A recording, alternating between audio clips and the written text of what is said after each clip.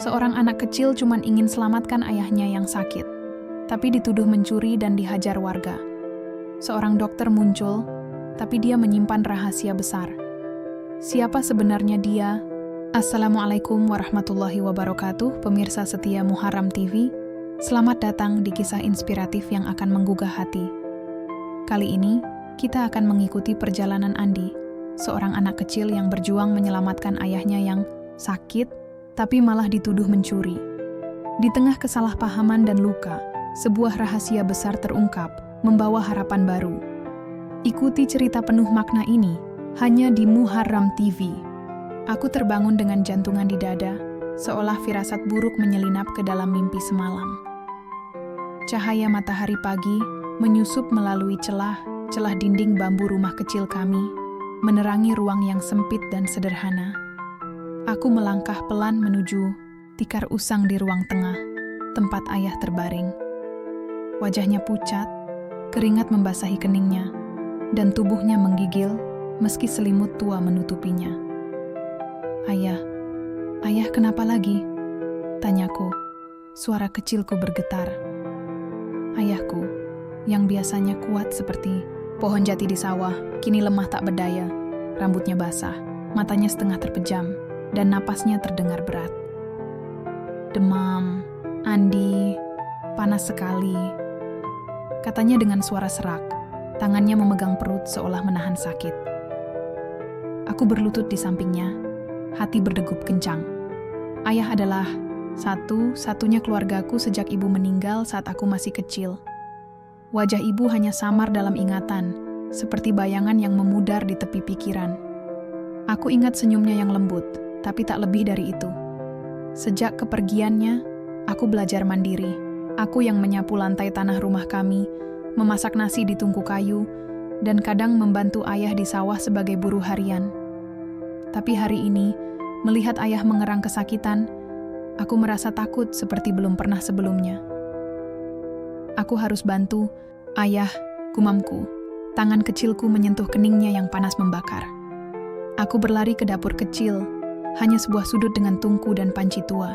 Aku mengambil segelas air dari ember, tapi air keran terasa hangat, tak cukup dingin untuk membantu ayah. Aku ingat pelajaran dari bu guru di sekolah, bahwa kompres dingin bisa menurunkan demam. Tapi di rumah kami, tak ada kulkas, tak ada es, batu, hanya ember dan panci yang tak bisa mendinginkan apapun. Aku memandang sekeliling, mencari ide. Pandanganku jatuh pada handuk kecil di lemari kayu reyot, kain putih yang sudah usang tapi masih bisa digunakan. Kalau aku bisa mendinginkannya, pikirku. Dan tiba aku ingat Indomaret di ujung jalan kampung. Toko kecil itu punya kulkas, minuman yang selalu dingin, penuh botol air mineral dan soda yang berkilau dengan embun. Itu harapanku. Aku mengambil handuk, melipatnya kecil, dan berlari keluar rumah.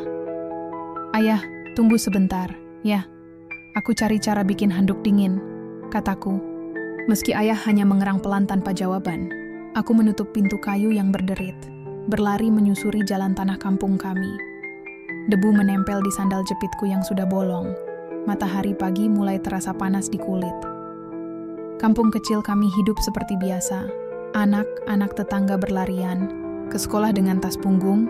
Ibu membawa keranjang ke pasar, dan suara ayam berkokok menggema. Tapi aku tak peduli, pikiranku hanya pada ayah. Aku harus cepat. Indomaret muncul di ujung jalan, bangunan kecil dengan logo biru, putih yang mencolok. Aku ragu sejenak di depan pintu kaca, tangan memegang handuk erat. Toko itu ramai, orang-orang keluar masuk dengan kantong belanjaan. Bau kopi instan dan roti bakar menguar dari dalam, membuat perutku sedikit keroncongan, tapi aku tak punya waktu untuk itu. Aku melangkah masuk, kepala menunduk agar tak terlalu diperhatikan. Pegawai kasir, seorang kakak perempuan dengan seragam biru, tersenyum pada pembeli lain. Aku menuju ke belakang, di mana kulkas minuman berdiri tegak. Pintunya dingin saat ku sentuh, dan aku membukanya perlahan. Botol-botol air mineral dan soda berjejer rapi. Embun menempel di permukaannya seperti mutiara kecil. Dengan cepat, aku menyelinapkan handuk di antara botol itu, menutup pintu, dan menunggu beberapa detik. Hati berdegup kencang, takut ada yang melihat. Hanya sebentar, supaya dingin untuk ayah, bisikku pada diri sendiri. Setelah beberapa menit, aku membuka kulkas lagi dan mengambil handuk yang kini dingin membeku. Rasanya seperti harapan di tanganku. Aku hendak berlari keluar, tapi tiba suara keras menghentikanku. "Hei, anak kecil, kamu masukkan apa ke kulkas?" Pegawai kasir menatapku, matanya menyipit curiga. Aku terkejut, hampir menjatuhkan handuk. Saya cuma dinginkan handuk ini, Kak. Untuk ayah saya yang sakit. Jelasku tergagap, menunjukkan handuk di tangan. Tapi wajahnya mengeras. "Pencuri, kamu pasti ambil minuman," teriaknya, memanggil rekannya. Hati panik, aku mencoba lari. Tapi seseorang menangkap lenganku. Kerumunan mulai berkumpul, wajah asing menatapku dengan marah. "Saya nggak mencuri, tolong percaya," kataku, tapi suara mereka lebih keras. "Pencuri kecil, tangkap dia," seru seseorang, dan aku merasa dunia berputar. Ayah menunggu di rumah, tapi sekarang aku terjebak dengan tuduhan yang tak pernah kulakukan. Aku berdiri gemetar di tengah kerumunan di Indomaret. Tangan kecilku mencengkeram handuk yang masih dingin. Bau kopi instan dan roti bakar dari toko tak lagi terasa menggoda. Yang kurasakan hanya ketakutan yang mencengkeram dada. Wajah orang dewasa di sekitarku penuh amarah, mata mereka seperti pisau yang menikam. Pegawai kasir, kakak perempuan dengan seragam biru yang tadi tersenyum ramah pada pembeli lain, kini menatapku dengan curiga. "Kamu masukkan apa ke kulkas? Pencuri kecil!" teriaknya, suaranya lantang menggema di toko kecil itu, seolah ingin memastikan semua orang mendengar. Aku menggeleng cepat, air mata mulai menetes ke pipiku yang kotor. "Saya nggak mencuri, Kak. Ini cuma handuk, untuk ayah saya yang sakit. Dia demam tinggi, butuh kompres dingin," jelasku, suaraku kecil dan pecah, hampir tenggelam dalam keriuhan. Tapi, kata-kataku seolah tak berarti. Seorang bapak tua dengan kumis tebal dan topi caping melangkah maju. Tangannya meraih lenganku dengan kasar. "Anak sekarang nakal sekali. Belajar mencuri dari mana kamu, hah?" Bentaknya, napasnya bau rokok dan wajahnya merah karena marah. Aku menarik tangan, mencoba melepaskan diri unless system. Tapi tenaganya terlalu kuat. "Saya nggak bohong, Pak. Ini cuma handuk," kataku, menunjukkan kain putih di tanganku. Tapi bapak itu tak peduli, malah mendorongku hingga aku tersandung ke arah kerumunan. Orang di sekitar mulai berteriak. Suara mereka bercampur jadi satu seperti badai. "Pencuri, tangkap dia!" seru seorang ibu yang membawa keranjang belanja, matanya penuh jijik. "Anak seperti ini harus dikasih pelajaran," tambah seorang pemuda tinggi yang berdiri di dekat pintu. Aku mengenali beberapa wajah, tetangga dekat rumah, pedagang pasar, bahkan teman ayah yang biasa main kartu di teras. "Itu Andi, anak Pak Budi." "Yang buruh itu," bisik seseorang di belakang. Aku memandang mereka, berharap ada yang membelaku, tapi tidak. Wajah mereka penuh tuduhan, seolah aku sudah terbukti bersalah. Pegawai kasir, yang kini dibantu rekannya, membuka kulkas minuman dan memeriksa botol dengan cepat. "Lihat, ada yang hilang enggak?" tanyanya pada rekannya, tangannya bergerak gesit memeriksa setiap baris.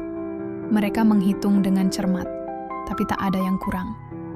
Botol air mineral dan soda masih utuh, tak ada tanda barang hilang. Tapi, itu tak mengubah apapun. "Dia pasti mau ambil minuman, tapi ketahuan duluan," tuduh seorang warga dengan jaket lusuh, nadanya penuh keyakinan. Aku menangis lebih kencang, tubuhku gemetar seperti daun di angin. "Saya nggak bohong, ayah saya sakit. Saya cuma mau bantu dia," teriakku, tapi suaraku terdengar lemah di tengah kerumunan yang semakin ramai. Seorang pemuda tinggi dengan kaos ketat tiba menampar pipiku keras, membuat kepalaku terpental.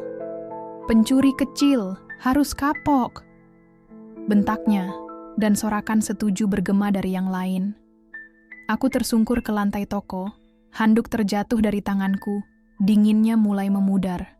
Pukulan dan tendangan mendarat di tubuh kecilku, di kaki, di punggung, di lengan. Darah mengalir dari hidungku, rasanya panas dan asin di bibir. Aku meringkuk, mencoba melindungi kepala dengan tangan yang gemetar. "Tolong, berhenti," bisikku, tapi suara mereka lebih keras, seperti geraman binatang. "Ini biar tahu rasa, jangan merusak kampung kami," teriak seorang ibu, suaranya penuh kemarahan. Aku memikirkan ayah di rumah, terbaring lemah, mungkin memanggil namaku dalam demamnya. Hati hancur, aku merasa tak berdaya. Dunia terasa gelap, suara kerumunan seperti guntur yang tak henti-henti. Tiba-tiba, di tengah kekacauan, sebuah suara tegas memecah kebisingan. "Berhenti! Apa yang kalian lakukan pada anak kecil ini?" Aku mengintip dari antara jari-jariku yang menutupi wajah, melihat seorang perempuan muda dengan rambut pendek dan tas besar di pundaknya. Dia melangkah maju, mendorong kerumunan dengan gerakan tegas namun terkendali. Matanya tajam, penuh otoritas, dan bajunya putih bersih seperti seragam dokter. "Ini biadab. Dia cuma anak kecil, bukan penjahat," serunya, suaranya bergema, membuat beberapa orang mundur. Aku merasa ada secercah harapan di dada, seperti sinar matahari yang menembus awan gelap. Dia berlutut di depanku, tangannya menyentuh bahuku dengan lembut. "Nak, kamu baik-baik saja? Ceritakan apa yang terjadi," tanyanya, suaranya lembut tapi penuh perhatian. Air mata mengalir lagi, tapi kali ini bukan karena takut, melainkan karena lega. Dengan suara gemetar, aku menceritakan semuanya, ayah yang sakit, handuk yang kudinginkan, tuduhan yang salah. Dia mendengarkan tanpa menyela, wajahnya serius tapi penuh empati. "Saya percaya kamu, Nak. Namaku Dr. Rina. Ayo, saya bantu," katanya, membantu aku berdiri meski kakiku masih goyah. Kerumunan mulai berbisik, beberapa wajah terlihat menyesal, tapi yang lain masih memandangku curiga. Dr. Rina memelukku pelan, membawaku keluar dari toko. "Kita ke rumahmu ya. Saya obati lukamu dan periksa ayahmu," katanya dengan nada menenangkan. Langkahku pelan di sampingnya. Tubuhku sakit, tapi hatiku sedikit lebih ringan. Jalan kampung berdebu terasa panjang, tapi tangan Dr. Rina yang menggenggamku memberi keberanian. Aku memikirkan ayah, berharap dia masih bertahan. Hari ini adalah mimpi buruk, tapi kehadiran Dr. Rina seperti harapan yang tak kuduga. Aku bertanya-tanya, siapa dia sebenarnya? Mengapa dia begitu peduli?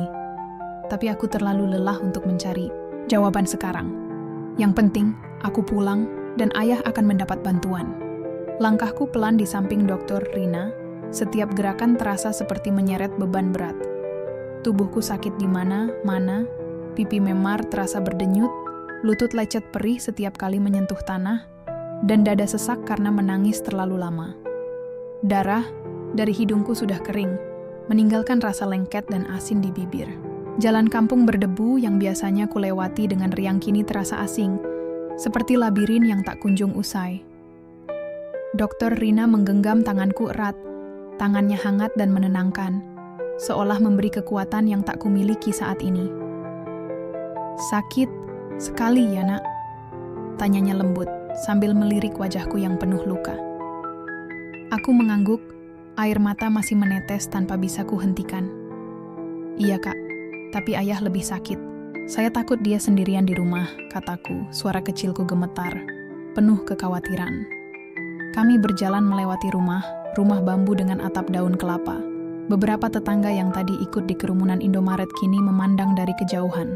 Wajah mereka berubah, dari kemarahan menjadi rasa bersalah yang terlihat jelas. "Itu Andi, kasihan sekali," bisik seorang ibu dari teras rumahnya, tangannya memegang sapu lidi. Aku tak menoleh, mataku tertuju pada jalan menuju rumah. Dr. Rina tak banyak bicara, tapi tatapannya penuh perhatian, seperti ibu yang pernah ku kenal dalam ingatan samar. "Tenang, Nak. Kita akan urus ayahmu, katanya. Suaranya seperti angin sejuk di tengah panasnya hari. Aku mengangguk meski hati masih diliputi ketakutan. Rumah kecil kami akhirnya terlihat di ujung jalan. Gubuk sederhana dengan dinding bambu yang mulai rapuh dan pintu kayu yang berderit. Dari luar, aku mendengar suara ayah mengerang pelan, seperti lagu sedih yang tak pernah usai. Hati berdegup kencang. Aku melepaskan tangan Dr. Rina dan berlari masuk. "Ayah, saya pulang," seruku, berlutut di samping tikar usang tempat ayah terbaring. Wajahnya semakin pucat, keringat membasahi bajunya yang sudah lusuh. Matanya setengah terbuka, penuh kelelahan, tapi melebar saat melihatku. "Andi, apa yang terjadi? Kenapa wajahmu babak belur begini?" tanyanya, suaranya serak dan lemah. Tangannya mencoba meraihku, tapi terlalu lemah untuk diangkat. Aku menangis. Lagi, air mata bercampur debu dan darah kering di pipiku. "Saya nggak apa-apa, ayah. Saya cuma mau bantu, tapi mereka pikir saya mencuri," kataku, menceritakan dengan tergesa tentang handuk, Indomaret, dan kerumunan yang memukulku. Ayah mencoba bangun, wajahnya penuh rasa bersalah dan marah. "Maafkan ayah, nak. Ayah tak bisa lindungi kamu," katanya. Air mata mengalir di pipinya yang keriput.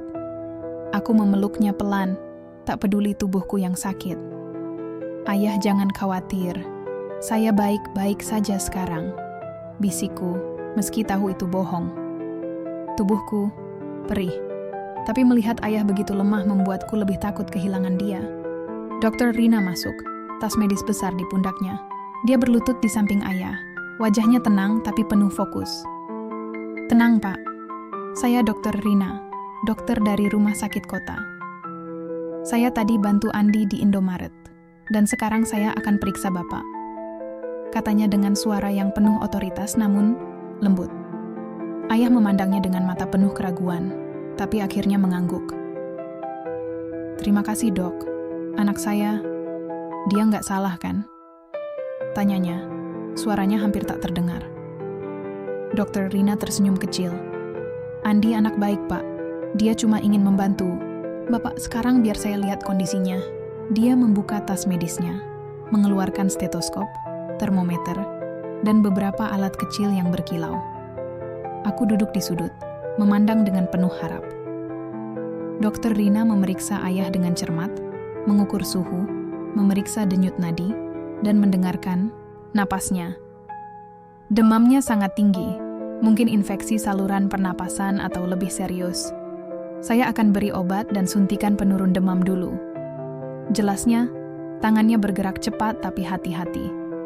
Dia mengeluarkan sebuah jarum suntik dan botol kecil, berisi cairan bening, lalu menyuntikkan obat ke lengan ayah. Ayah mengerang pelan, tapi wajahnya mulai rileks setelah beberapa menit. "Ini antibiotik dan penurun demam. Besok saya datang lagi untuk pantau," kata Dr. Rina, menutup tasnya. Setelah ayah, dia beralih ke arahku. "Sekarang giliranmu, Andi," katanya, mengeluarkan salep dan perban dari tasnya. Dia membersihkan luka di lututku dengan alkohol yang terasa perih tapi kubiarkan. Dia mengoleskan salep di memar di pipiku, lalu membalut luka lecet dengan hati-hati. "Kamu berani sekali, nak, merawat ayah sendirian di usia segini," katanya, tersenyum hangat. Aku tersipu. "Saya cuma ingin ayah sembuh, Kak." Dia mengangguk, matanya penuh kehangatan yang sulit kudeskripsikan. "Kalian berdua hebat. Besok saya kembali ya. Pastikan ayah minum obat ini sesuai jadwal," katanya, menyerahkan beberapa pil dan catatan kecil padaku. Dr. Rina pergi saat matahari mulai tenggelam, meninggalkan rumah kami dengan harapan baru. Ayah tertidur lebih nyenyak malam itu. Napasnya lebih teratur. Aku berbaring di sampingnya, memandang langit melalui celah atap yang bocor. Bintang berkelip, seperti mata yang mengawasiku. Hari ini penuh dengan rasa sakit dan ketakutan, tapi kehadiran Dr. Rina seperti cahaya di tengah kegelapan. Aku bertanya, mengapa dia begitu baik? Seolah dia mengenalku lebih dari sekadar pasien. Tapi aku terlalu lelah untuk memikirkan lebih jauh. Aku memejamkan mata, berdoa agar ayah sembuh, dan hidup kami kembali normal. Meski ada perasaan bahwa sesuatu yang besar sedang menanti.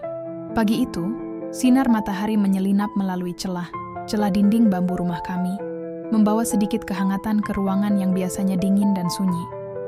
Aku bangun dengan tubuh masih nyeri, memar di pipiku berdenyut pelan, dan luka di lututku terasa perih setiap kali bergerak. Tapi hati terasa lebih ringan saat kulihat ayah sudah bisa duduk di tikar usangnya. Wajahnya tak lagi pucat seperti kertas kusut, meski keringat masih membasahi keningnya. Andi, ayah sudah baikan sedikit. Terima kasih, nak. Kamu kuat menjaga ayah, katanya dengan suara serak. Tangannya meraihku untuk pelukan pelan. Aku tersenyum, meski pipiku masih sakit saat tersentuh. Ayah harus sembuh total ya. Saya nggak mau ayah sakit lagi, kataku. Suaraku kecil tapi penuh harap. Kami sarapan dengan nasi dingin dan sedikit sambal sisa, yang rasanya lebih enak karena ayah bisa makan tanpa mengerang kesakitan. Kampung mulai ramai di luar. Suara ayam berkokok dan anak tetangga berlarian ke sekolah menggema di udara.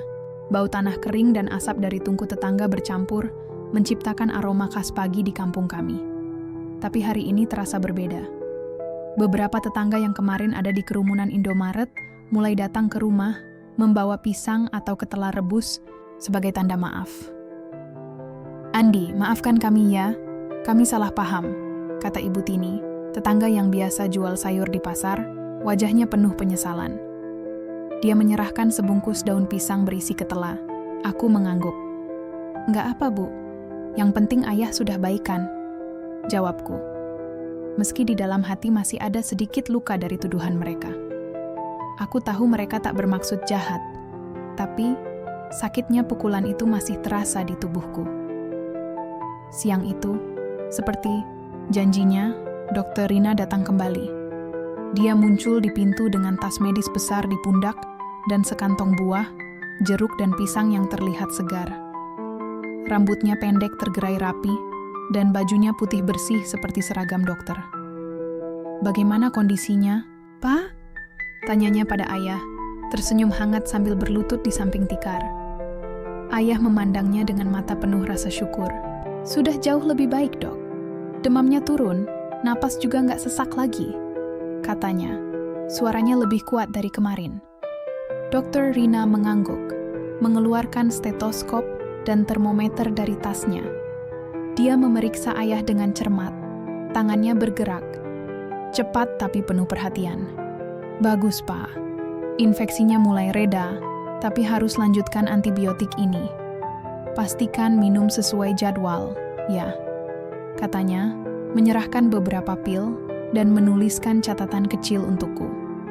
Setelah memeriksa ayah, Dokter Rina menoleh padaku. Andi, sekarang giliranmu. Biar saya lihat lukanya, katanya, mengeluarkan salep dan perban baru. Dia mengganti perban di lututku, membersihkan luka dengan hati, dan memeriksa memar di pipiku. Memarnya sudah memudar, tapi jangan disentuh. Dulu, ya. Minum obat ini kalau masih nyeri, katanya. Menyerahkan beberapa tablet kecil. Aku mengangguk, merasa malu tapi juga tersentuh oleh perhatiannya. Kak Rina, kenapa kakak baik sekali sama kami? Tanyaku tiba-tiba. Rasa ingin tahu mengalahkan rasa maluku. Dia tersenyum, tapi ada sesuatu di matanya. Seperti rahasia yang ingin diucapkan tapi ditahan. Karena kamu anak baik, Andi. Dan ayahmu butuh bantuan. Saya cuma melakukan tugas saya, jawabnya. Tapi nadanya terdengar lebih dalam. Seperti ada cerita yang belum terungkap. Dokter Rina duduk sebentar di teras rumah kami, mengobrol dengan ayah tentang pekerjaannya. Saya dokter di rumah sakit kota, tapi sering lewat kampung ini karena ada pasien di sekitar sini, jelasnya. Ayah mengangguk, matanya penuh rasa hormat. Dokter seperti Dokter Rina ini langka. Kami tak tahu bagaimana membalas kebaikan dokter, katanya. Dokter Rina menggeleng. Tak perlu balas apa-apa, Pak. Yang penting Andi dan Bapak sehat. Dia lalu menoleh padaku. Andi, kalau ayah sudah kuat, kamu harus kembali ke sekolah, ya? Belajar, itu penting. Aku tersipu. Iya, Kak. Tapi kadang saya takut ayah sakit lagi kalau saya nggak di rumah. Dia tersenyum. Saya akan bantu pastikan ayahmu baik-baik saja. Jangan khawatir. Hari-hari berikutnya, Dokter Rina datang rutin, membawa obat, buah, atau kadang roti manis dari kota. Ayah semakin kuat, sudah bisa berdiri dan berjalan pelan ke teras. Aku membantu di rumah, menyapu lantai tanah dan memasak nasi sederhana. Tetangga mulai lebih ramah, membawa makanan atau sekadar menyapa. Andi, kamu hebat. Ya, jaga ayahmu sendiri, kata Pak Joko, tetangga yang biasa main kartu dengan ayah. Aku tersenyum, tapi di dalam hati masih ada bayang. Bayang ketakutan dari hari itu di Indomaret. Malam hari, aku dan ayah duduk di teras, memandang langit yang penuh bintang. Ayah senang ada Dokter Rina. Dia seperti malaikat penolong kita, kataku, menatap bintang yang paling terang. Ayah mengangguk, tapi wajahnya tiba serius. Andi, ayah ingat cerita lama. Dulu, ibumu punya saudara perempuan yang hilang saat kami masih muda. Tapi itu cerita lama, mungkin cuma kebetulan, katanya pelan. Kata-kata, ayah membuatku penasaran. Apakah Dokter Rina ada hubungan dengan cerita itu? Aku tak tahu, tapi kehadirannya membuat hidup kami lebih terang. Aku berbaring di tikar malam itu, mendengar suara jangkrik dan angin yang berbisik di daun kelapa. Aku berdoa agar ayah terus membaik, dan ada perasaan aneh bahwa Dokter Rina bukan sekadar dokter biasa. Mungkin pikirku, dia membawa sesuatu yang lebih besar dari sekadar obat. Hari-hari setelah kejadian di Indomaret, mulai terasa seperti mimpi yang perlahan memudar. Tapi luka di tubuhku masih mengingatkanku bahwa itu nyata. Pagi ini, aku bangun dengan sinar matahari yang menyelinap melalui celah dinding bambu, membawa kehangatan ke rumah kecil kami. Tubuhku masih nyeri, memar di pipi mulai memudar jadi ungu tua, dan luka di lututku sudah mengering, meski masih perih saat berjalan. Tapi hatiku lebih ringan, terutama karena ayah kini bisa duduk di teras, menikmati angin pagi sambil memegang cangkir teh hangat yang kubuatkan. Wajahnya tak lagi pucat seperti kain usang, dan senyumnya, meski lemah, mulai kembali. Andi, ayah sudah jauh lebih baik. Kamu anak hebat, nak, katanya, tangannya menepuk pundakku pelan. Aku tersenyum, meski pipiku masih terasa kaku. Ayah harus sembuh total ya. Saya nggak mau lihat ayah sakit lagi, jawabku, suaraku penuh harap. Kampung. Kami mulai hidup seperti biasa, dengan suara ayam berkokok. Anak berlarian ke sekolah, dan ibu membawa keranjang ke pasar. Bau tanah kering bercampur asap tungku tetangga, aroma yang sudah ku kenal sejak kecil. Tapi ada sesuatu yang berbeda sekarang. Tetangga yang dulu menatapku dengan curiga kini menyapa dengan senyum. Beberapa membawa makanan sebagai tanda maaf atas kejadian di Indomaret. Ibu Tini, penjual sayur, datang dengan sebungkus daun pisang berisi ketela rebus. Andi, maafkan kami ya. Kami nggak tahu kamu cuma mau bantu ayahmu, katanya, matanya berkaca-kaca. Aku mengangguk. Nggak apa, Bu. Terima kasih sudah peduli sekarang, kataku, mencoba menyembunyikan luka di hati. Pukulan dan tuduhan itu masih terasa, tapi melihat ayah membaik membuatku ingin melupakan. Dokter Rina datang lagi sore itu, seperti biasa. Dengan tas medis besar di pundak dan sekantong buah, kali ini apel merah yang mengilap. Rambutnya pendek tergerai, rapi, dan bajunya putih bersih, seolah tak pernah kotor meski dia bolak-balik ke kampung kami. Bagaimana keadaan ayahmu, Andi? Tanyanya sambil tersenyum, berlutut di samping tikar ayah. Sudah bisa jalan sedikit, Dok, tapi masih lemes, jawabku, menunjuk ayah yang kini duduk di teras. Dokter Rina memeriksa ayah dengan cermat, mengukur suhu dan mendengarkan napasnya dengan stetoskop. Bagus sekali, Pak. Infeksinya hampir sembuh. Lanjutkan antibiotik ini dan jangan kerja terlalu berat dulu, katanya, menyerahkan pil dan menuliskan catatan untukku. Ayah mengangguk, matanya penuh rasa syukur. Dokter, saya nggak tahu bagaimana membalas kebaikan dokter. Kami cuma orang miskin, katanya, Suaranya serak karena terharu. Dokter Rina menggeleng, senyumnya lembut. Tak perlu balas apa-apa, Pak. Saya cuma ingin kalian sehat. Dia lalu menoleh padaku. Andi, kamu sudah ke sekolah lagi belum? Aku menunduk, malu. Belum, Kak. Saya takut ninggalin ayah sendirian, kataku pelan. Dia mengangguk, seolah memahami. Besok coba ke sekolah ya. Saya akan datang setiap sore untuk cek ayahmu. Belajar itu penting, Andi. Kamu pintar, saya tahu. Katanya membuatku tersipu, tapi juga membangkitkan semangat. Iya, Kak. Saya mau jadi dokter kayak kakak suatu hari, kataku. Dan dia tertawa, kecil, matanya berbinar aneh, seperti menyimpan rahasia. Dokter Rina mulai menjadi bagian dari hidup kami. Dia datang hampir setiap hari. Tak hanya membawa obat, tapi juga cerita dan nasihat. Suatu sore, dia duduk di teras bersama kami, mengajari aku cara mencuci tangan dengan benar dan membuat air rebusan daun jambu untuk ayah. Ini bisa bantu kalau demam kambuh, katanya, menunjukkan daun hijau yang dibawanya dari kota. Aku mendengarkan dengan serius, mencatat setiap kata di kepala. Dia juga membawa buku cerita anak-anak, sederhana tapi penuh gambar warna-warni. Baca ini kalau ada waktu, Andi. Bisa bikin kamu lupa capek, katanya sambil tersenyum. Aku mengangguk, memegang buku itu seperti harta karun. Kak Rina, kenapa kakak baik banget sama kami? Tanyaku lagi. Rasa ingin tahu mengalahkan rasa malu. Dia memandangku lama, matanya lembut tapi penuh makna.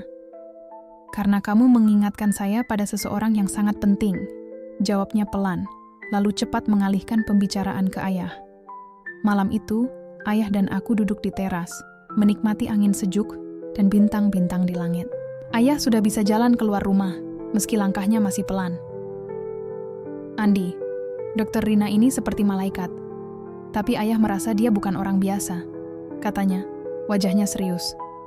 Ayah ingat cerita ibumu dulu. Dia punya kakak perempuan yang hilang saat kami masih muda.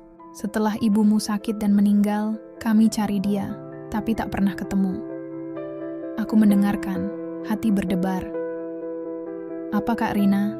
Tanyaku, tapi ayah menggeleng. Mungkin cuma perasaan ayah. Tapi dia baik sekali, Andi. Kita harus bersyukur. Aku mengangguk, tapi pikiran tak bisa lepas dari kata-kata ayah. Apakah Dokter Rina ada hubungan dengan masa lalu keluarga kami?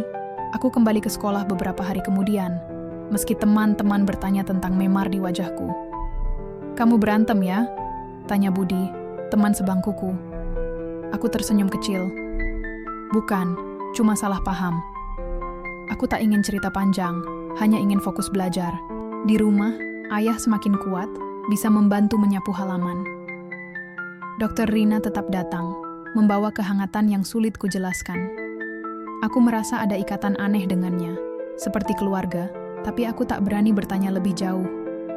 Malam itu, berbaring, di tikar, aku memandang langit melalui celah atap. Jangkrik bernyanyi, angin berbisik di daun kelapa. Aku berdoa, berharap kebaikan ini tak pernah berhenti, tapi ada perasaan bahwa rahasia besar sedang menanti untuk terungkap. Ayah sudah jauh lebih sehat sekarang. Wajahnya tak lagi pucat seperti kain usang, dan langkahnya mulai mantap meski masih pelan. Sinar matahari pagi yang masuk melalui celah dinding bambu rumah kami terasa lebih hangat, seolah ikut merayakan kesembuhan ayah. Aku bangun dengan hati ringan, meski memar di pipiku masih sedikit nyeri, dan luka di lututku belum sepenuhnya sembuh. Aku menyapu lantai tanah, menyiapkan teh hangat untuk ayah, dan tersenyum melihatnya duduk di teras, menikmati udara pagi. Bau tanah kering dan asap tungku tetangga mengisi udara, bercampur dengan suara ayam berkokok dan anak-anak yang berlarian ke sekolah. Kampung kami kembali seperti dulu, tapi ada kehangatan baru. Tetangga kini lebih ramah, sering menyapa, atau membawa makanan kecil sebagai tanda maaf atas kejadian di Indomaret. Andi, ayah bangga sama kamu. Kamu kuat jaga ayah, kata ayah suatu pagi, matanya penuh rasa syukur. Aku tersenyum. Ayah harus sehat terus, ya. Saya nggak mau khawatir lagi. jawabku. Membuatnya tertawa kecil. Dokter Rina tetap datang hampir setiap sore membawa tas medisnya dan kadang sekantong buah atau roti manis dari kota. Kehadirannya seperti sinar matahari yang tak pernah redup, membawa harapan ke rumah kecil kami. Tapi sore itu, saat dia datang, ada sesuatu yang berbeda. Wajahnya serius, matanya penuh keraguan, seolah ada beban besar yang ingin dia lepaskan. Dia duduk di teras bersama kami, tas medisnya diletakkan di samping, tapi dia tak langsung memeriksa ayah seperti biasa. "Pak, Andi, ada sesuatu yang harus saya ceritakan," katanya. Suaranya pelan tapi tegas, seperti orang yang sudah mempersiapkan diri untuk sesuatu yang sulit. Hati berdegup kencang, aku merasa firasat buruk kembali menyelinap. "Apa, Kak?" tanyaku, tanganku memegang cangkir teh yang mulai dingin. Ayah memandangnya, alisnya berkerut, seolah juga merasakan ketegangan. Dokter Rina menarik napas dalam-dalam, matanya beralih dari ayah ke aku, lalu kembali ke ayah. "Saya bukan cuma dokter yang kebetulan lewat kampung ini," katanya, suaranya sedikit gemetar. Saya pikir saya keluarga kalian." Dunia terasa berhenti. Aku memandang ayah, yang wajahnya membeku, matanya melebar penuh kejutan. "Apa maksudmu, Dok?" tanya ayah, suaranya serak, penuh ketidakpercayaan. Dokter Rina menunduk sejenak, lalu mengeluarkan sebuah foto kecil dari saku bajunya, foto tua yang sudah kusut di tepian. Di foto itu, ada seorang perempuan muda yang mirip ibuku, berdiri di samping gadis remaja yang wajahnya sangat mirip Dokter Rina. "Ini saya dan ibu, bertahun-tahun lalu," katanya pelan. "Saya Rina, kakak Andi yang hilang setelah ibu sakit dan keluarga kita tercerai-berai." Hati seperti dihantam batu besar. Aku memandang foto itu, lalu ke wajah Dokter Rina, mencari tanda-tanda kebenaran. Ayah terdiam, tangannya gemetar memegang foto. "Rina, kamu Rina anakku?" katanya. Suaranya pecah, air mata mulai menggenang di matanya. Aku ingin memeluk Dokter Rina, ingin percaya dia kakakku. Tapi ayah tiba berdiri, wajahnya memerah. "Kenapa baru sekarang? Kamu tinggalkan kami saat kami susah. Di mana kamu saat ibumu meninggal, saat Andi masih bayi?" bentaknya, suaranya penuh luka lama. Aku terkejut, tak pernah melihat ayah semarah ini. Dokter Rina menangis. "Ayah, saya nggak sengaja pergi. Saya diambil keluarga lain, dibesarkan jauh dari sini. Saya cari kalian selama ini, dan baru tahu kalian di kampung ini." Konflik itu seperti petir di tengah hari cerah. Aku duduk di sudut, bingung dan takut. Aku ingin memeluk Dokter Rina, yang kini menangis terseduh, tapi ayah melangkah ke dalam rumah, meninggalkan kami di teras. "Ayah, dia baik sama kita. Mungkin dia beneran kakakku," kataku, suaraku kecil, mencoba membela. Tapi ayah tak menoleh. Pintu kayu berderit saat dia menutupnya. Dokter Rina memandangku, air mata mengalir di pipinya. "Andi, saya nggak bohong. Saya cuma ingin keluarga kita utuh lagi," katanya, suaranya penuh kepedihan. Aku memeluknya pelan, tapi hati bercampur antara bahagia dan takut.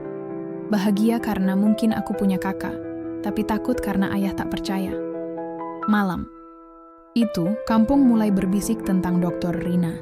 Beberapa tetangga yang mendengar cerita datang, bertanya dengan rasa ingin tahu. "Benarkah dokter itu keluarga kalian?" tanya Ibu Tini, matanya penuh rasa ingin tahu. Aku tak tahu jawab apa, hanya mengangguk pelan. Tapi ada juga yang curiga. Jangan dia bohong, cari keuntungan," bisik seorang tetangga di warung kopi. Aku mendengar semua itu, hati semakin bingung. Aku berbaring di tikar malam itu, memandang langit melalui celah atap. Jangkrik bernyanyi, tapi suaranya tak menenangkan seperti biasa. Aku memikirkan Dokter Rina, foto tua itu, dan kemarahan ayah. Apakah dia benar kakakku? Mengapa ayah begitu marah? Rahasia ini membuka harapan, tapi juga luka lama yang tak ku ketahui. Aku menutup mata, berdoa agar esok hari membawa jawaban. bukan pertengkaran baru. Malam setelah pengakuan Dr. Rina terasa seperti badai yang tak kunjung reda. Rumah kecil kami, yang biasanya penuh kehangatan meski sederhana, kini dipenuhi ketegangan. Aku berbaring di tikar usang, memandang celah-celah atap yang memperlihatkan bintang, tapi pikiranku tak bisa tenang. Suara jangkrik di luar dan angin yang berbisik di daun kelapa terasa hampa. Tak mampu menenangkan hati yang bercampur antara harapan dan kebingungan. Ayah tidur di sudut ruangan, napasnya terdengar berat, bukan karena sakit, tapi karena amarah yang masih membara. Aku masih bisa mendengar katanya tadi sore, penuh luka dan ketidakpercayaan. Kenapa baru sekarang? Kamu tinggalkan kami saat kami susah. Bentaknya pada Dr. Rina, wajahnya merah dan matanya basah. Aku ingin memeluknya, ingin bilang bahwa Dr. Rina atau Kak Rina, kalau dia benar kakakku, sudah menolong kami. Tapi aku tak berani, takut ayah semakin marah. Pagi ini, matahari menyelinap melalui dinding bambu, tapi suasana rumah tetap kelabu. Ayah duduk di teras, memandang jalan kampung yang mulai ramai dengan anak berlarian ke sekolah, dan ibu menenteng keranjang pasar. Bau tanah kering dan asap tungku tetangga mengisi udara, tapi tak ada senyum di wajah ayah seperti hari-hari sebelumnya. Aku menyeduh teh hangat, meletakkannya di sampingnya dengan hati-hati. Ayah, minum dulu, kataku pelan, berharap suaraku bisa meredakan ketegangan.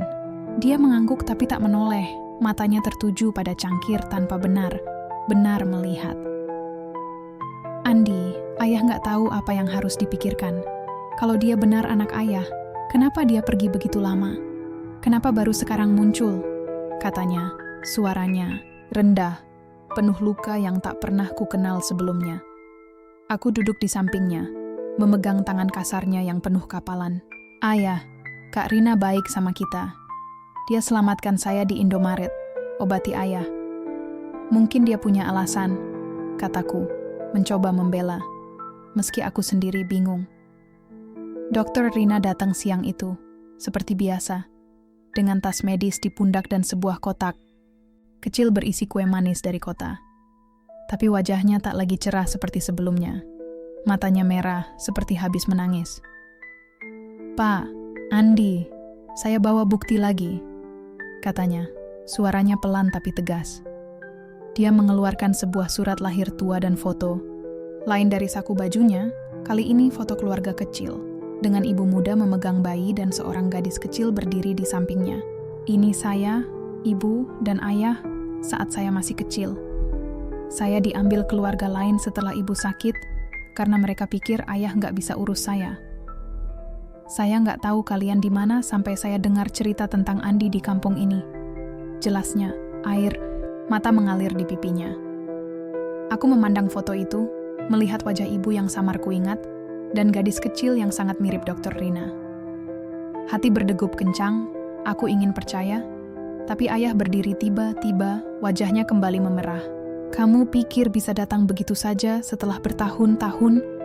Kami susah, Rina. Ibumu meninggal, Andi bayi, dan ayah sendiri berjuang. Di mana kamu saat itu? Bentak ayah, tangannya mengepal. Aku terkejut, tak pernah melihat ayah semarah ini. Dr. Rina menunduk, air matanya jatuh ke lantai tanah. Ayah, saya nggak sengaja pergi. Saya cuma anak kecil waktu itu, nggak punya pilihan. Saya cari kalian selama ini, dan baru tahu kalian di sini setelah dengar tentang Andi di Indomaret, katanya, suaranya pecah. Aku ingin memeluknya, tapi ayah melangkah ke dalam. Pintu kayu berderit keras saat ditutup. Aku berdiri di antara mereka, bingung dan takut. Kak Rina, saya percaya kakak, kataku pelan, tapi dia hanya tersenyum pahit. Terima kasih Andi, tapi ayah perlu waktu. Saya akan datang lagi besok, katanya, lalu pergi dengan langkah berat. Kampung mulai berbisik tentang cerita ini. Ibu Tini, tetangga penjual sayur, datang sore itu dengan sebungkus ketela. Andi, benarkah dokter itu kakakmu? Tanyanya. Matanya penuh rasa ingin tahu. Aku mengangguk. Saya pikir iya, Bu. Dia bawa foto dan surat lahir. Tapi di warung kopi, aku dengar bisik-bisik lain. Jangan-jangan dia bohong cari keuntungan dari keluarga miskin, kata seorang bapak. Aku marah mendengarnya, tapi tak bisa membela karena aku sendiri tak yakin sepenuhnya. Malam itu, ayah tak banyak bicara, hanya duduk di teras memandang bintang. Aku duduk di sampingnya, hati penuh pertanyaan.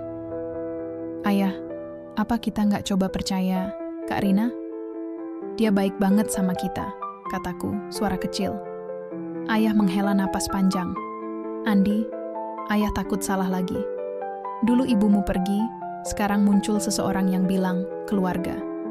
Ayah tak mau hati kita patah lagi, katanya, suaranya penuh. Luka, aku berbaring di tikar malam itu, mendengar jangkrik dan angin yang berbisik di daun kelapa. Foto tua yang ditunjukkan Dr. Rina terbayang di pikiran. Wajah gadis kecil itu begitu mirip dengannya. Aku ingin percaya dia kakakku, tapi kemarahan ayah membuatku ragu. Apakah dia benar keluarga kami? Atau hanya kebetulan yang menyakitkan? Hati bercampur antara harapan dan ketakutan. Aku menutup mata, berdoa agar esok hari membawa kejelasan, bukan luka yang lebih dalam. Keesokan harinya, rumah kami terasa seperti dipenuhi awan kelabu. Matahari pagi menyelinap melalui celah dinding bambu, tapi kehangatannya tak mampu mencairkan ketegangan yang masih menggantung sejak pengakuan Dr. Rina kemarin. Aku bangun dengan hati berat. Memar di pipiku sudah memudar, tapi luka di hati terasa lebih dalam. Ayah duduk di teras, memandang jalan kampung yang berdebu tanpa benar-benar melihat. Cangkir teh di tangannya sudah dingin, tak disentuh. Aku menyapu lantai tanah dengan sapu lidi, mencoba mengisi keheningan, tapi pikiranku penuh dengan wajah Dr. Rina yang menangis dan kemarahan ayah yang tak kunjung reda. Ayah, makan dulu ya, kataku pelan, meletakkan semangkuk nasi dan sambal di sampingnya. Dia mengangguk, tapi tak bergerak, matanya kosong seperti orang yang tersesat dalam kenangan. Kampung mulai ramai, suara anak berlarian ke sekolah, dan ibu-ibu menenteng keranjang pasar menggema di udara. Bau tanah kering bercampur asap tungku tetangga, aroma yang biasanya menenangkan, tapi hari ini terasa asing. Bisik-bisik tentang Dr. Rina semakin keras di kampung. Ibu Tini datang pagi itu membawa sebungkus ketelar rebus. Andi, apa kabar dokter? Itu? Benarkah dia kakakmu? Tanyanya. Matanya penuh rasa ingin tahu. Aku hanya mengangguk. Dia bilang begitu, Bu. Dia bawa foto dan surat lahir. Tapi di warung kopi, aku dengar suara lain. Jangan dia bohong. Mau ambil keuntungan dari keluarga miskin, kata seorang bapak. Nadanya penuh curiga. Aku ingin membela Dr. Rina, tapi kata itu membuatku ragu. Bagaimana jika ayah benar, dan dia bukan keluarga kami? Tapi kebaikan yang dia tunjukkan, menyelamatkanku, mengobati ayah, terasa begitu tulus. Dr. Rina datang sore itu, seperti janjinya, tapi langkahnya berat, wajahnya pucat, dan matanya merah seperti habis menangis semalaman. Dia membawa tas medis, dan sebuah amplop tua yang sudah kusut. Pak, Andi, saya tahu kemarin kalian terkejut, tapi saya bawa bukti lagi, katanya. Suaranya gemetar tapi penuh tekad. Dia duduk di teras, membuka amplop itu, dan mengeluarkan beberapa dokumen, surat lahir, dengan nama Rina, foto keluarga yang sama seperti kemarin, dan sebuah surat tulisan tangan dari ibu, ditujukan untuknya saat dia masih kecil. Ini surat dari ibu, sebelum dia sakit. Dia bilang, dia sayang saya dan adik saya yang belum lahir. Itu Andi, katanya, menunjukku, air mata mengalir di pipinya. Aku memandang surat itu, tulisan tangan yang lembut dan penuh cinta, dan hati seperti tercekat. Aku ingin memeluknya, ingin bilang bahwa aku percaya. Tapi ayah berdiri tiba-tiba, wajahnya kembali memerah. Kamu pikir kertas ini bisa hapus bertahun, tahun penderitaan kami? Bentak ayah. Tangannya mengepal hingga uratnya terlihat. Kamu pergi saat ibumu meninggal, saat Andi bayi, saat kami kelaparan. Sekarang kamu datang dengan baju bagus dan mobil. Bilang kamu keluarga, apa maumu Rina? Suaranya menggema, membuat beberapa tetangga yang lewat berhenti dan mengintip dari kejauhan. Aku panik, berdiri di antara mereka. "Ayah, tolong. Kak Rina baik sama kita. Dia selamatkan saya, obati ayah," kataku. Suaraku pecah, air mata mulai mengalir. Dokter Rina menangis terseduh. "Ayah, saya nggak sengaja pergi. Saya diambil keluarga lain, dibesarkan jauh dari sini. Saya cari kalian setiap hari, tapi tak tahu kalian di mana. Baru sekarang saya temukan kalian, dan saya cuma ingin keluarga kita utuh lagi." Kerumunan kecil mulai terbentuk di depan rumah. Tetangga yang penasaran mendengar teriakan ayah. "Apa itu dokter bohong?" bisik seseorang. Jangan dia mau tipu keluarga Pak Budi," sahut yang lain. Aku marah mendengar mereka, tapi tak bisa berbuat apa-apa. Ayah melangkah mendekati Dokter Rina, matanya penuh luka. "Kalau kamu benar, anak." "Ayah, kenapa kamu nggak cari kami lebih cepat? Kenapa baru sekarang, saat kamu sudah dokter, sudah kaya?" tanyanya. Suaranya lebih pelan, tapi penuh kepedihan. Dokter Rina menggeleng. "Ayah, saya cari kalian sejak saya dewasa. Saya kerja keras, jadi dokter, supaya bisa bantu keluarga kalau ketemu. Saya nggak cari harta, saya cuma mau keluarga. Aku tak tahan lagi. Cukup ayah, Kak Rina baik. Dia selamatkan kita." Teriakku, air mata membasahi wajahku. Aku berdiri di depan Dokter Rina, seperti ingin melindunginya dari kemarahan ayah dan bisik tetangga. Ayah terdiam. Matanya beralih dari Dokter Rina ke aku, lalu ke foto dan surat di tangan Dokter Rina. Dia mengambil surat itu, membacanya pelan, dan tiba-tiba air mata mengalir di pipinya. "Ini tulisan ibumu," katanya. Suaranya pecah. Dia menatap Dokter Rina, lalu melangkah mendekat, memeluknya erat. "Maafkan ayah, Rina. Ayah takut kehilangan lagi," katanya. Suaranya tersendat. Dokter Rina memeluknya kembali, menangis dalam pelukannya. Aku memandang mereka, air mata mengalir, tapi kali ini karena bahagia. Kerumunan tetangga terdiam, beberapa menunduk, beberapa tersenyum. "Jadi benar dokter itu keluarga mereka," bisik Ibu Tini, suaranya penuh lega. Malam itu, kami duduk bersama di teras ayah aku dan Dokter Rina atau Kak Rina, kakakku. Ayah meminta maaf lagi, matanya penuh penyesalan. "Ayah salah, Rina. Ayah cuma takut kehilangan keluarga lagi," katanya. Kak Rina tersenyum. "Kita bersama sekarang, ayah. Itu yang penting." Aku memeluk mereka berdua, hati penuh harapan, tapi juga tahu bahwa reuni ini baru awal. Masih ada luka lama yang perlu sembuh dan kampung yang perlu diyakinkan. Setelah pelukan di teras malam itu, rumah kecil kami terasa lebih hidup, seolah sinar matahari yang menyelinap melalui dinding bambu, membawa kehangatan yang berbeda. Ketegangan yang sempat mengguncang kami perlahan mereda, digantikan oleh ikatan, baru yang rapuh tapi penuh harapan. Aku bangun pagi ini dengan hati lebih ringan, meski luka di tubuhku masih terasa samar. Memar di pipiku kini hanya bayang ungu pucat, dan luka di lututku sudah mengering, meninggalkan bekas yang akan selalu mengingatkanku pada hari itu di Indomaret. Ayah duduk di teras, memandang jalan kampung yang mulai ramai dengan suara anak-anak berlarian ke sekolah dan ibu-ibu menenteng keranjang pasar. Cangkir teh di tangannya masih mengepul, dan senyum kecil muncul di wajahnya, sesuatu yang sudah lama tak kulihat. "Andi, ayah senang kita punya keluarga lagi," katanya pelan, matanya menatap ke kejauhan. Aku tersenyum, duduk di sampingnya. "Saya juga, ayah. Kak Rina baik banget," jawabku, hati penuh syukur. Kampung kami kembali berdenyut dengan kehidupan. Bau tanah kering bercampur asap tungku tetangga, aroma yang kini terasa seperti pelukan hangat. Tetangga yang sempat berbisik curiga tentang Dokter Rina kini mulai berubah. Ibu Tini, penjual sayur, datang pagi itu dengan sebungkus ketela rebus dan senyum lebar. "Andi, saya dengar dokter itu kakakmu beneran. Selamat ya, kalian ketemu keluarga," katanya, matanya berbinar. Aku mengangguk. "Iya bu, terima kasih." Tapi di warung kopi masih ada bisik kecil, meski tak sekeras sebelumnya. "Dokter itu baik, tapi aneh. Muncul tiba-tiba," kata seorang bapak. Aku tak peduli lagi. Yang penting, ayah dan aku punya Kak Rina sekarang. Dan itu lebih berarti daripada gosip Kak Rina datang sore itu, seperti biasa, dengan tas medis di pundak dan sekantong apel merah yang mengilap. Tapi kali ini, dia tak hanya membawa obat atau buah. Dia membawa sebuah album foto kecil, penuh gambar-gambar tua yang sudah kusut di tepian.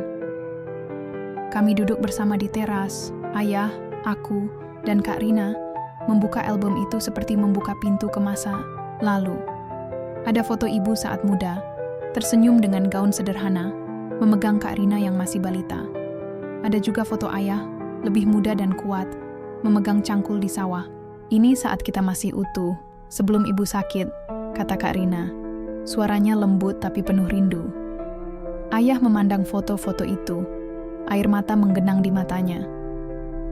Ibumu orang baik, Rina. Dia pasti senang tahu kamu kembali, katanya suaranya pecah. Aku memegang tangan ayah, merasakan getar kecil di jarinya. Kak Rina menceritakan lebih banyak tentang hidupnya. Setelah ibu sakit dan meninggal, dia diambil oleh keluarga jauh di kota, dibesarkan tanpa tahu keberadaan ayah dan aku. Saya cuma anak kecil waktu itu, gak punya pilihan. Tapi saya selalu ingat ibu bilang punya adik kecil yang akan lahir. Itu kamu, Andi, katanya, tersenyum padaku. Aku merasa ada ikatan hangat di dada, seperti potongan puzzle yang akhirnya pas. Saya kerja keras jadi dokter supaya bisa cari kalian. Ketika dengar tentang anak kecil di Indomaret yang cuma mau bantu ayahnya, saya tahu itu kamu. Lanjutnya, matanya berkaca-kaca. Ayah mengangguk. Maafkan ayah, Rina. Ayah salah, marah, karena takut kehilangan lagi. Kak Rina memeluk ayah, dan aku ikut memeluk mereka. Air mata mengalir tanpa malu. Hari berikutnya, Kak Rina mulai membantu lebih dari sekadar obat. Dia bicara dengan ayah tentang pekerjaan ringan di kota, sesuatu yang tak terlalu berat untuk kesehatannya. Ayah bisa kerja di koperasi pasar, gaji lumayan dan gak capek, katanya suatu sore. Ayah ragu, tapi akhirnya setuju. Asal Andi bisa sekolah terus, katanya, menatapku. Kak Rina tersenyum. Saya akan bantu biaya sekolah Andi. Dia pintar, harus jadi dokter seperti saya. Aku tersipu. Mimpi jadi dokter yang tadinya cuma khayalan kini terasa nyata. Aku kembali ke sekolah dengan semangat baru, meski teman-teman masih bertanya tentang memarku. Kamu hebat, Andi. Punya kakak dokter, kata Budi, teman sebangkuku. Aku tertawa. Iya, tapi saya juga mau jadi dokter. Kampung mulai menerima Kak Rina sebagai bagian dari keluarga kami. Ibu Tini dan tetangga lain sering datang, membawa makanan atau sekadar mengobrol. Dokter itu baik hati, sama seperti ibumu. Dulu, kata Ibu Tini suatu hari. Aku mengangguk, bangga, tapi juga rindu ibu yang tak pernah kukenal betul. Malam itu, kami duduk di teras. Ayah bercerita tentang ibu, kebaikan hatinya, tawa yang selalu cerah. Kak Rina mendengarkan, matanya penuh rindu. Ibu pasti bangga lihat kita bersama lagi, kataku, dan mereka mengangguk, tersenyum. Aku berbaring di tikar malam itu, mendengar jangkrik dan angin di daun kelapa. Langit penuh bintang terlihat melalui celah atap, seperti lampu kecil yang menyala. Untuk kami, reuni ini masih rapuh, tapi penuh harapan. Kak Rina membawa kehidupan baru, bukan cuma untuk aku dan ayah, tapi untuk seluruh kampung yang belajar dari kesalahan mereka. Aku menutup mata, berdoa agar ikatan ini semakin kuat, dan mimpi menjadi dokter tak lagi hanya angan. Cahaya matahari pagi menyelinap melalui celah dinding bambu, membawa kehangatan yang terasa seperti pelukan lembut. Rumah kecil kami, yang dulu penuh dengan kesederhanaan dan kekhawatiran, kini dipenuhi tawa dan harapan baru. Aku bangun dengan senyum, meski bekas memar di pipiku sudah lama memudar, dan luka di lututku hanya meninggalkan bekas tipis yang nyaris tak terlihat.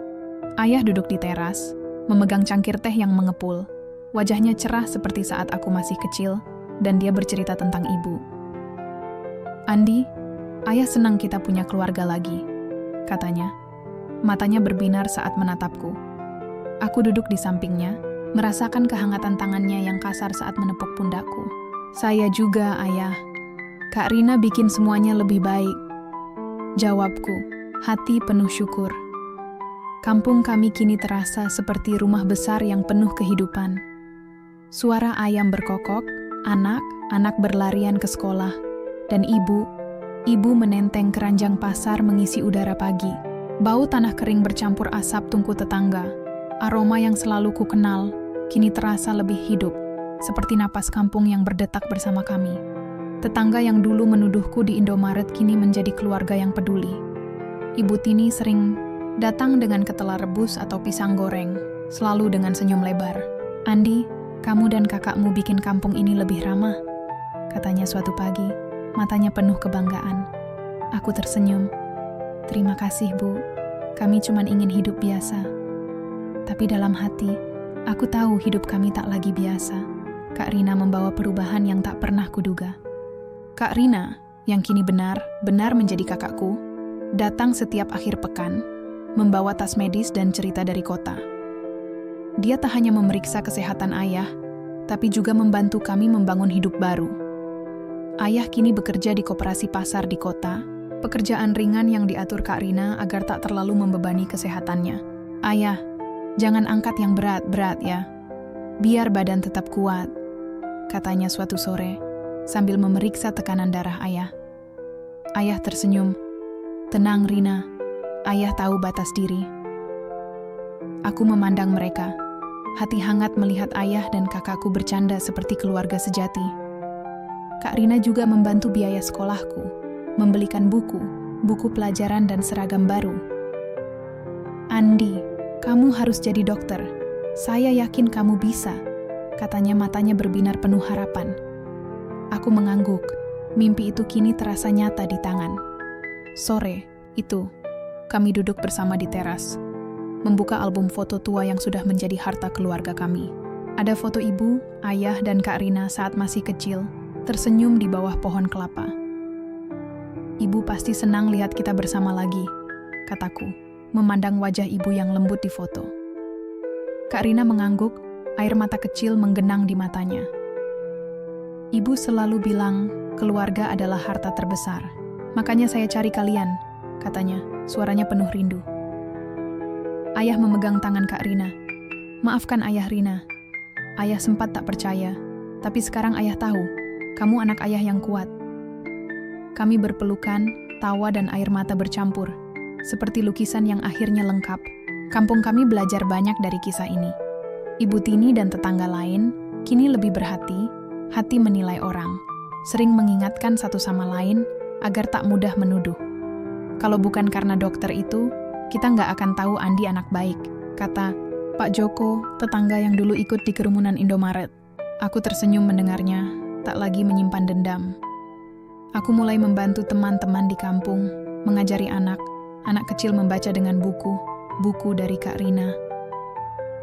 Kamu hebat Andi, kelak jadi dokter ya, kata Budi, teman sebangkuku di sekolah. Aku tertawa. Iya, tapi kamu juga harus pinter, biar kita bantu kampung ini bareng. Malam itu, aku berbaring di tikar, memandang bintang melalui celah atap. Suara jangkrik dan angin di daun kelapa terasa seperti lagu pengantar tidur. Aku memikirkan perjalanan ini, dari tuduhan di Indomaret, pukulan yang menyakitkan, hingga reuni dengan Kak Rina yang membawa harapan baru. Kejadian itu mengajarkanku bahwa dunia bisa kejam, tapi kebaikan hati bisa menyembuhkan segalanya. Kak Rina bukan hanya kakakku, tapi juga teladan. Seseorang yang berjuang demi keluarga, meski terpisah bertahun-tahun. Ayah kini lebih sehat, hidup kami lebih baik, dan aku punya mimpi besar. Menjadi dokter seperti Kak Rina, membantu orang seperti kami. Aku menutup mata, tersenyum dalam hati. Kampung ini, dengan segala kekurangan dan kehangatannya, adalah rumahku. Kisah kami menjadi pelajaran bagi semua. Jangan menilai seseorang dari luarnya, karena hati yang tulus bisa mengubah segalanya. Aku berdoa, berharap kebaikan ini terus hidup, bukan hanya di keluarga kami, tapi di seluruh kampung, seperti warisan yang tak pernah pudar. Pemirsa Muharram TV, kisah Andi mengajarkan kita bahwa kebaikan hati bisa menyembuhkan luka dan menyatukan keluarga yang terpisah. Dari tuduhan yang menyakitkan hingga reuni yang penuh cinta, Andi dan keluarganya membuktikan bahwa hati yang tulus selalu menemukan jalan. Mari kita belajar untuk mendengar sebelum menilai dan menebar kebaikan dimanapun kita berada. Terus ikuti kisah inspiratif hanya di Muharram TV. Wassalamualaikum warahmatullahi wabarakatuh.